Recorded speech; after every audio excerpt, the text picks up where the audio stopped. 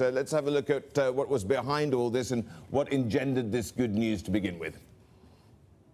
I think this is something which is a trajectory which we are continuously moving. And at the end of December 2020, I think we have shared with everyone, like we have been able to now take care of the legacy issues.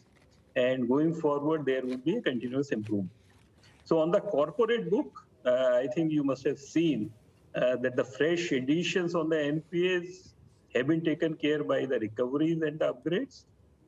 In the quarter 1, there was a spike on the stress in the retail and MSME, which was quite understandable because almost 2 months there was a severe impact of the second wave of COVID. But what we have seen now in the month of June and July, the collection efficiencies have again come back to the pre-COVID level, and that gives us a confidence that the asset quality on the retail and MSME will further improve in the coming months. Give us a sense of your capital Tier 1 ratios here and how you would perhaps be able to address if there was, God forbid, another COVID wave there, as well as perhaps fresh loan slippages as a result of that or other factors.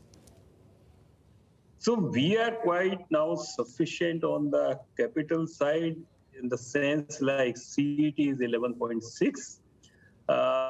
This capital is sufficient, but only thing is that even if there is an impact because of any further, say, from the COVID side, I think we would be able to take care from our recovery and the resolution of our existing pool. But let's keep the finger crossed, hope like nothing very, very adverse would happen from the COVID. And we are hopeful the way the vaccination drive is going on, I think that impact would not happen. We're seeing a lot of stress on retail lending, not just at your bank, but other banks that have reported earnings as well. Do you think that this is going to keep you and other banks cautious about asset quality? So I think this is what we have seen, that the banks where there has been an impact, adverse impact on the retail and MSME. And this is, like I was saying, it is quite understandable. When such a large population is impacted because of the second wave. So this was something which we were expecting.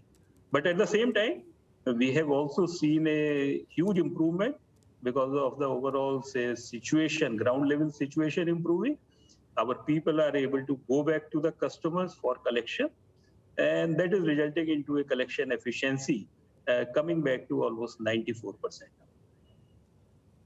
It's been a year since you took over after the bank was rescued, and what an incredible year as the world deals with the pandemic. And as we know, India in particular has been hit hard. What, I guess, have you learnt and what are you taking forward into the next year as you continue to try and overhaul Yes Bank?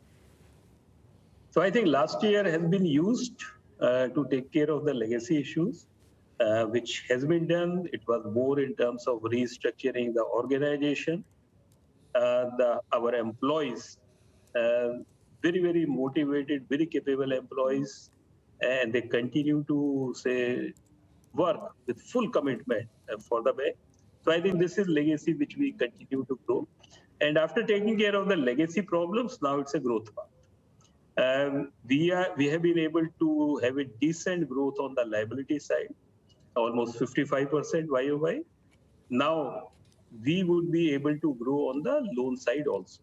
On the retail and MSME, it's a 23% growth, but the corporate, so far we have seen a negative growth, and that was largely because of our own debulking and de-stressing strategy on the corporate side. So going forward, we would be focusing more on the growth, both on loan and the liability side. But I think the most important thing would be using our digital capabilities. We are very strong on the digital side. Today, 46% market share on the UPI is being routed through Yes Bank. Now we are going to take these digital capabilities from transaction to onboarding of customers and also the credit underwriting. At the same time, Prashant, since we are sitting on a huge database, yeah.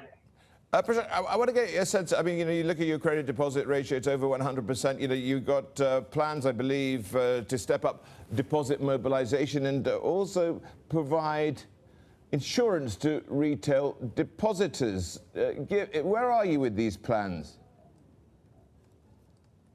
So we were targeting at a 100% CD ratio by this time.